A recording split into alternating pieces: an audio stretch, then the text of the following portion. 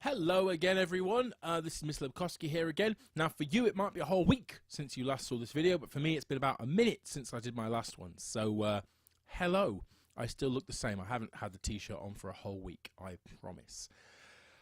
So, we're just going to quickly go in and open our previous project.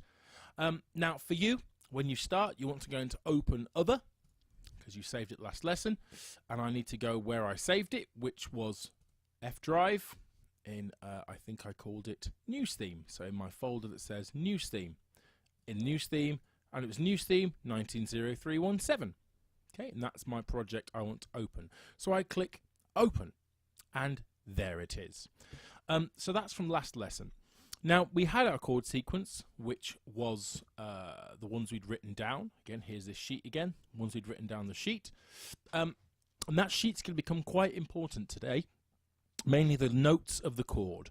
So the chord notes here is actually one of the things we're going to be using to make sure that we can make this piece sound like a news theme. Okay, so the first thing is, you don't want these chords possibly adding in an instrument on their own, okay? As they're written there. We know they sound fine, okay? It's good, it's not a problem, it's good, but they're not quite news themey enough. We need to use dynamics and we need to use instruments and things like that. So loud and soft and the different instruments and rhythms to make it sound like a news theme, okay? Like the ones we listened to a few weeks ago. So, but we need to know what notes to play. All right? So, what we need to do is, the first thing, the strings, I'm going to play the name of the chord.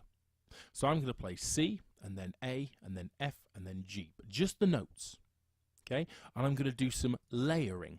So I'm going to layer up the bass notes, and then I'm maybe going to add maybe one more note from the chord.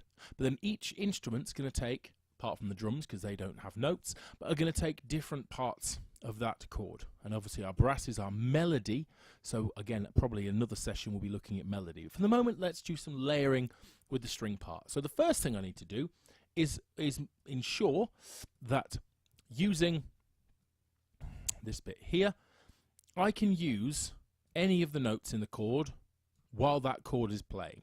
So I can use the note C, and then I could still use the note C on the next chord and the note C on the next chord. That would sound fine.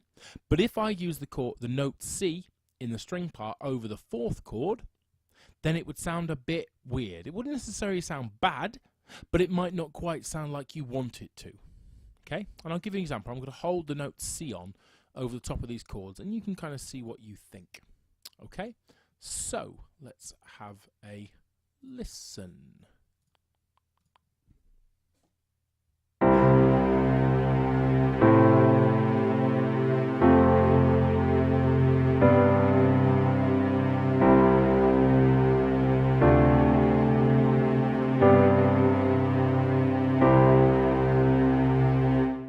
That was me holding down one note. You'll note that sometimes that C sounded good, and sometimes, especially G and especially D minor, it didn't sound very good. Okay? So I'm going to press the notes of the chord. So C, then F, then A, then F, then G, then C. So literally just C, then A, then F, then G, C, D, G, C.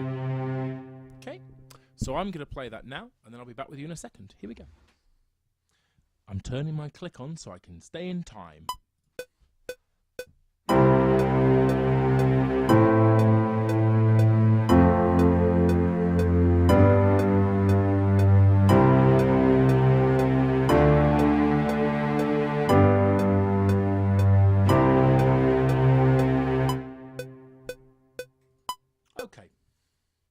So, there's my notes. If I double click on this, that's all the notes I played. You see C, A, F, G, C, D, G, C, as I said. Now, they're a little bit out of time. If you can see there, they're not quite on the beat. This is where one of the technical skills comes in, and that's called quantizing. Okay, now quantizing puts everything in time. Okay. So if I go on to this section up here with the Q for quantizing, and I press this little button here, if you look at those notes, they ever so slightly move. Okay, I'll just undo that so you can see. If I just zoom in here, that note there, when I press that button, suddenly is perfectly on the line. Okay, that means that it's perfectly in time.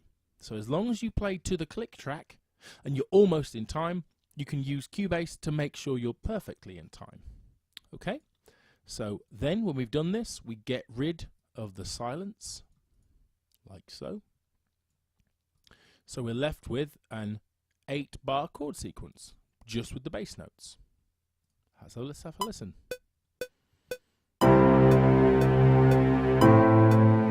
Which is great, so that's all works.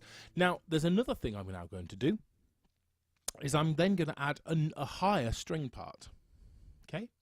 And I'm going to look at these notes here. Okay? And I'm going to plan which notes to use. Okay?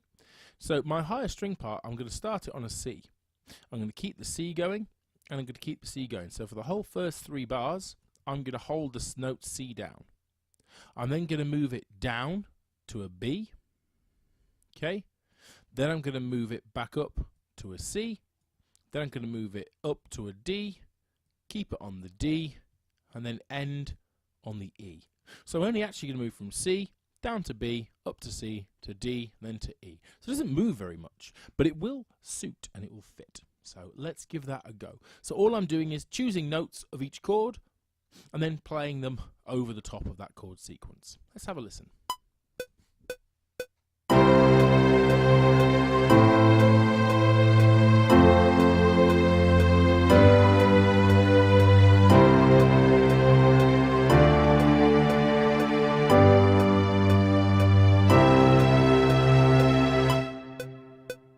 Excellent. Okay, so we can see there, I held on the C, went to the B, C, D, E. So it ends a little bit higher than it started. Go on, press quantize, it puts everything in time, get rid of the silence, and I'm going to then put a middle part in, and I'm going to pick a different note. So this time, I am going to choose to start on G. Okay?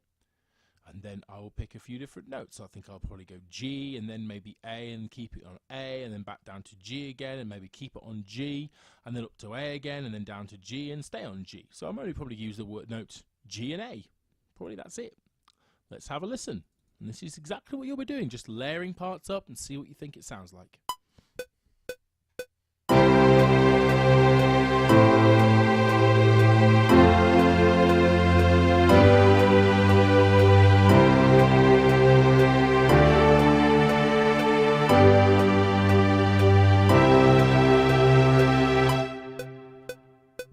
Excellent. Okay, so that's my part.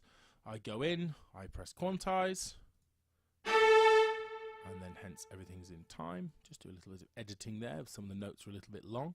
And again, you can edit the length of notes if you want to make them longer or shorter. So then that's my part there. Again, get rid of the silence. Okay. So then that's my little part there. All right.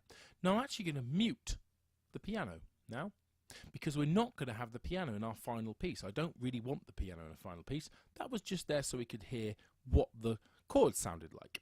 So let's hear the chords. I'll turn the click off as well with just the strings.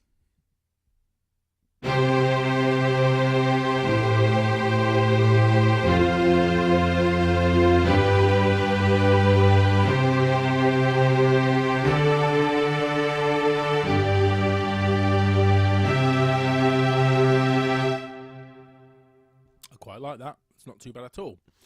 Now, you might be thinking to yourself, there's not much rhythm.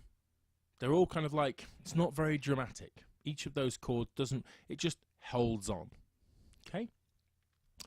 I'll give you a quick example of what you might want to do to do something like that. So I'm actually going to add a new instrument track, a Halion Sonic, and I'm going to get rid of the picture. Okay, zoom a little bit so we can still see everything. Go in, choose that string sound again, cinematic strings, and this is things you might choose to add Strings 2, have it underneath. I'm going to choose to have some rhythms. So whilst there might be some long notes, I might have some different rhythms. So like dum dum dum dum dum dum dum, to give it a little more drama, like the ones we listened to. So let's turn the clip back on, and I'm going to add in some little dramatic string rhythms. Here we go.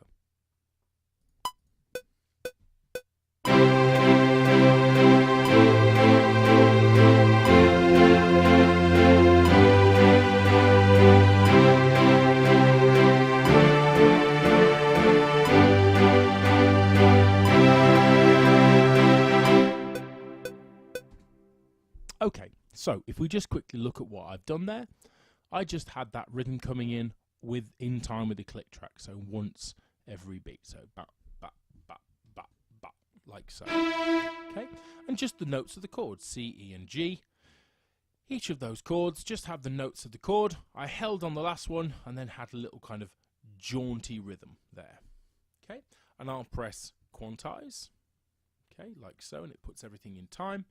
Get rid of the silence, like so, and then turn the click off and have a listen.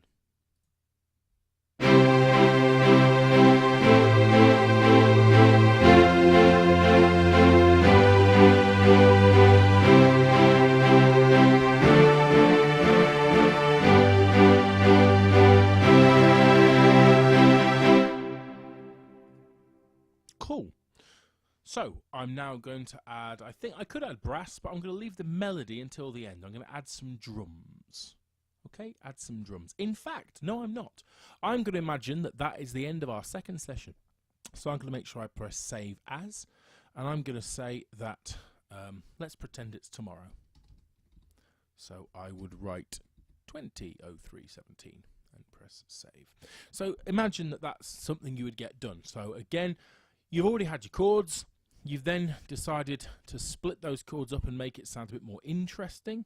Okay, still using the same notes, but again holding notes on, and again with a different kind of instrument sound. Maybe something with a bit more of an interesting rhythm. Same chords, but adding in a different rhythm. I chose to have them all going at the same time, but you could therefore have them one after the other, like this.